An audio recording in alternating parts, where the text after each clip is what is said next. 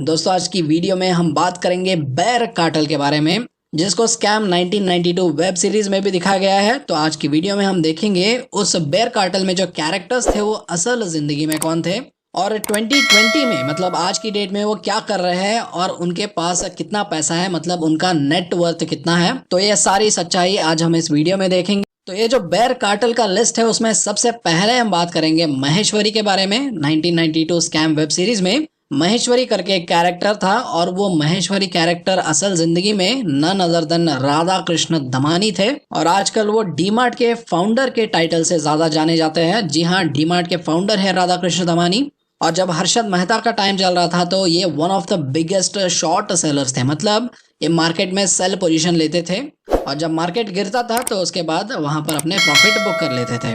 और स्कैम 1992 में भी एक सेक्शन है जहां पर दिखाया गया है कि कैसे राधा कृष्ण दमानी जो है वो ट्रेडिंग छोड़ के वैल्यू इन्वेस्टिंग की तरफ जाने का डिसीजन लेते हैं, क्योंकि एक टाइम ऐसा आता है कि हर्षद मेहता को गिराने का प्लान किया जाता है और उसके लिए बेर कार्टेल जो है वो बहुत बड़ा शॉर्ट पोजीशंस बनाने लगते हैं, लेकिन पासा पलट जाता है बीच में और बीच में ऐसा लग जाता है कि हर्षद मेहता को टच भी नहीं किया जा सकता है। और उस मोमेंट में राधा कृष्ण दमानी जो है शॉर्ट सेलिंग में सारे पैसे खोने वाले होते हैं, लेकिन अचानक सा एक मिरेकल होता है और सुचिता दलाल का आर्टिकल टाइम्स ऑफ इंडिया में आ जाता है और वो आर्टिकल आने के बाद हर्षद मेहता के ऊपर एलिगेशंस लगते हैं, सीबीआई इन्वॉल्व होता है और हर्षद मेहता का नाम इतना खराब हो जाता है मार्केट में कि मार्केट जो है सीधा लुढ़कने लगता है और जितना मार्केट गिरता है उतना ही ज्यादा चांदी शॉर्ट सेलर्स की हो जाती है और शॉर्ट सेलर्स यहाँ पर अच्छा खासा प्रॉफिट भी बुक कर लेते हैं, जिसमें राधा कृष्ण दमानी भी एक थे। लेकिन राधा कृष्ण दमानी साहब को ये रियलाइज हो जाता है कि ये मिरेकल से कम नहीं था, बहुत बड़ा लक से कम नहीं था कि वो शॉर्ट सेलिंग में या ट्रेडिंग में डूबते डूबते बचे थे।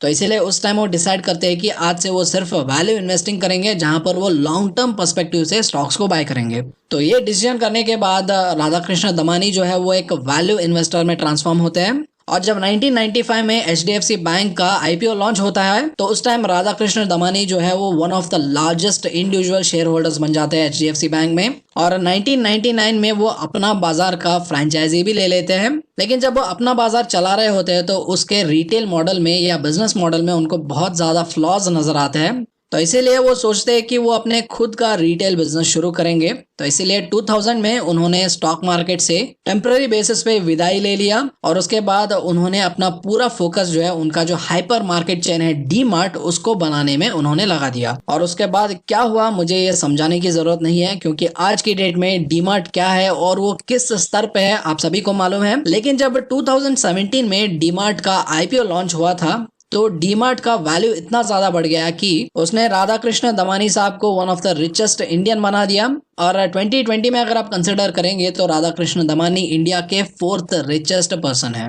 और उनकी कुल मिलके उनकी संपत्ति है, मतलब उनका जो नेटवर्थ है वो अराउंड 1,16,200 करोड़ के आसपास है। डीमार्ट के सक्सेसफुल होने के बाद भी उनका जो ताल्लुक था स्टॉक मार्केट से वो बना रहा है और अभी भी वो वैल्यू इन्वेस्टिंग करते हैं। और आप उनके रीसेंट होल्डिंग्स देखेंगे तो उन्होंने रिसेंटली आंध्रा पेपर्स में 1% का स्टेक खरीदा था और इंडिया सीमेंट्स में भी उन्होंने अराउंड 15% का स्टेक खरीदा था और बाद में उस 15% स्टेक को उन्होंने बढ़ा के 19.89% तक ले गए। और 2020 में यह माना जाता है कि उनके पोर्टफोलियो में 10 स्टॉक्स है और उनके पोर्टफोलियो का अप्रोक्सीमेट वैल्यू अराउंड 80,000 करोड़ है। तो ये है महेश्वरी के बारे में इंफॉर्मेशन जो असल जिंदगी में राधा कृष्ण दमानी है। और जब राधा कृष्ण दमानी ट्रेडिंग करते थे तो उस टाइम उन्होंने एक और आदमी को अपने ट्रेडिंग टेक्निक्स वगैरह सिखाए थे और उस आदमी को आज की डेट में हम एक इंडियन बिलियनर के रूप में भी जानते हैं, बिग बुल के रूप में भी जानते हैं। जी हाँ, वो है राकेश झुनझुनवाला।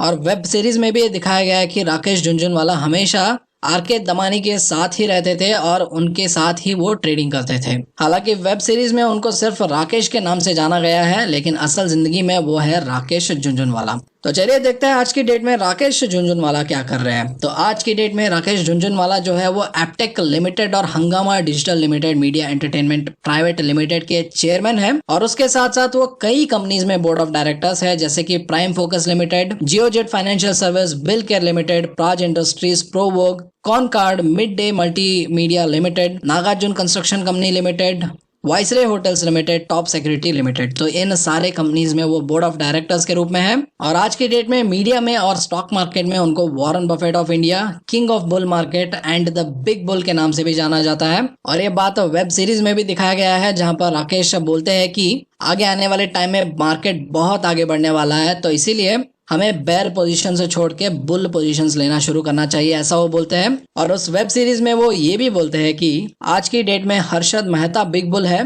क्या पता अगर मेरा अंदाजा सही लग गया तो कल की डेट में मैं बिग बुल बन सकता हूँ। और आज की डेट में ऐसा ही हुआ है। आज की डेट में राकेश झुनझुनवाला को द बिग बुल के नाम से जाना जाता है।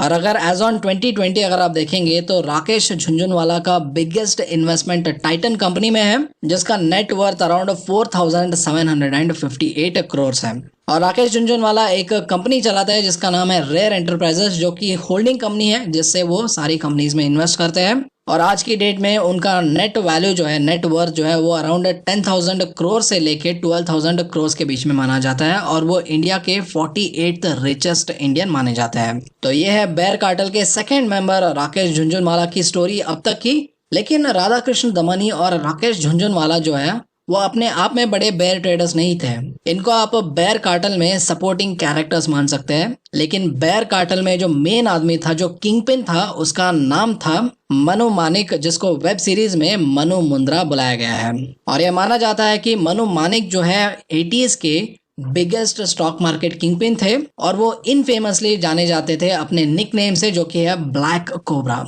और ब्लैक कोबरा जो कि मनु मानिक थे, वो उस टाइम के बिगेस्ट कार्टेल को हेड करते थे, जिसका नाम था मारवाड़ी बेयर कार्टेल। और उनका दबदबा मार्केट में इतना था कि अगर वो चाहे तो एक्सचेंज को भी बंद करवा सकते थे। लेकिन आगे चल के उनका कंपटीशन जो है वो धीरूभाई अंबानी से पड़ा। और मनु मुंद्रा और ये जो मारवाड़ी बेयर कार्टेल था, उनका पंगा धीरूभाई अंबानी के साथ ये जो हर्षद मेहता स्कैम हुआ था उससे पहले से ही चल रहा था। लेकिन अल्टीमेटली जो है धीरूभाई अंबानी परसिस्ट कर गए और उन्होंने बेयर कार्टेल से आगे सोच के बेयर कार्टेल को ही फंसा दिया, जिससे अल्टीमेटली मारवाड़ी बेयर कार्टेल का डाउनफॉल हो गया।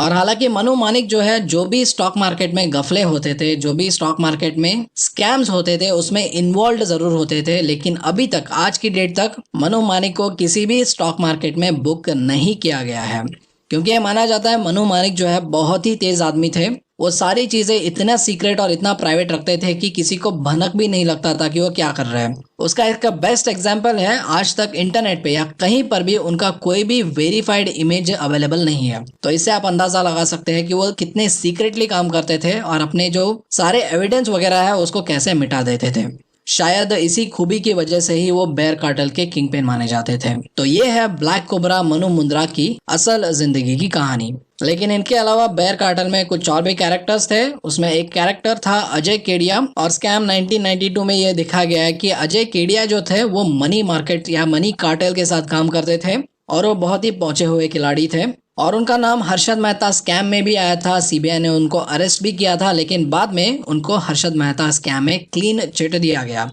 लेकिन फिर से केतन पारिक स्कैम जो हुआ था, वहां पर भी अजय केडिया का नाम आता है, लेकिन वहां पर भी उनको सेबी क्लीन चिट दे देता है। और आज की डेट में अगर आप देखेंगे तो वो SMIFS लिमिटेड के बोर्ड ऑफ मेंबर हैं और इस कंपनी को उनके बेटे खुद चलाते हैं। तो चलिए अभी बात करते हैं उस सूत्रधारी के बारे में जिसने 1992 हर्षद मेहता स्कैम का जाल बुना था और उसमें हर्षद मेहता को फंसा दिया था। और वो थे मनी मार्केट के किंग पिन AS त्यागराजन, जिन्हें वेब सीरीज में त्यागू के नाम से जाना गया है।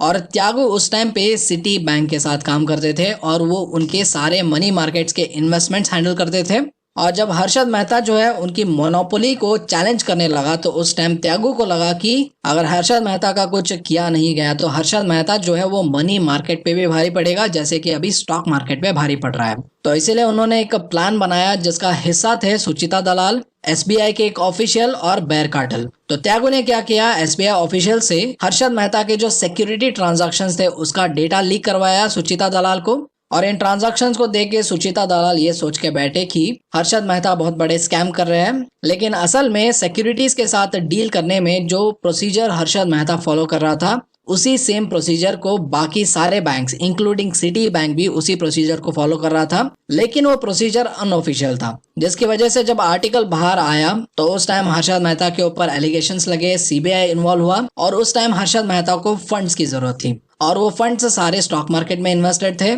इसीलिए त्यागो ने बेयर कार्टेल से बुलवा के स्टॉक मार्केट का जो स्ट्राइक उस टाइम चल रहा था उसको एक्सटेंड करवा दिया, जिससे हर्षद मेहता के सारे फंड्स ब्लॉक हो गए और हर्षद मेहता बुरी तरीके से फंस गए। और ये कांड करने के बाद सिटी बैंक जो है त्यागो को प्रमोट करके सिटी बैंक न्यूयॉर्क में शिफ्ट कर देता है। लेकिन असल जिंदगी में 1995 और 1996 के आते आते त्यागो क्या करते हैं, सिटी बैंक के जॉब छोड़ देते हैं। त्यागो मतलब एएस त्यागराजन, और वो अपने खुद के इन्वेस्टमेंट कंपनी स्टार्ट करते हैं जिसका नाम है एक्वेरियस इन्वेस्टमेंट एडवाइजर। और आज की डेट में ये कंपनी बहुत ही बढ़िया इन्वेस्टमेंट्स कर रही है, बहुत ही बढ़िया परफॉर्म कर रही है।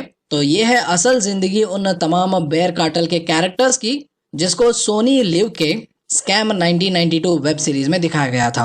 आशा करता हूँ आपको ये वीडियो पसंद आया होगा, और अगर वीडियो पसंद आया तो लाइक जरूर कीजिए, हमारे चैनल को सब्सक्राइब जरूर कीजिए, और साथ ही साथ कमेंट सेक्शन में आपको ये वीडियो कैसा लगा उसके बारे में भी जरूर बताइए।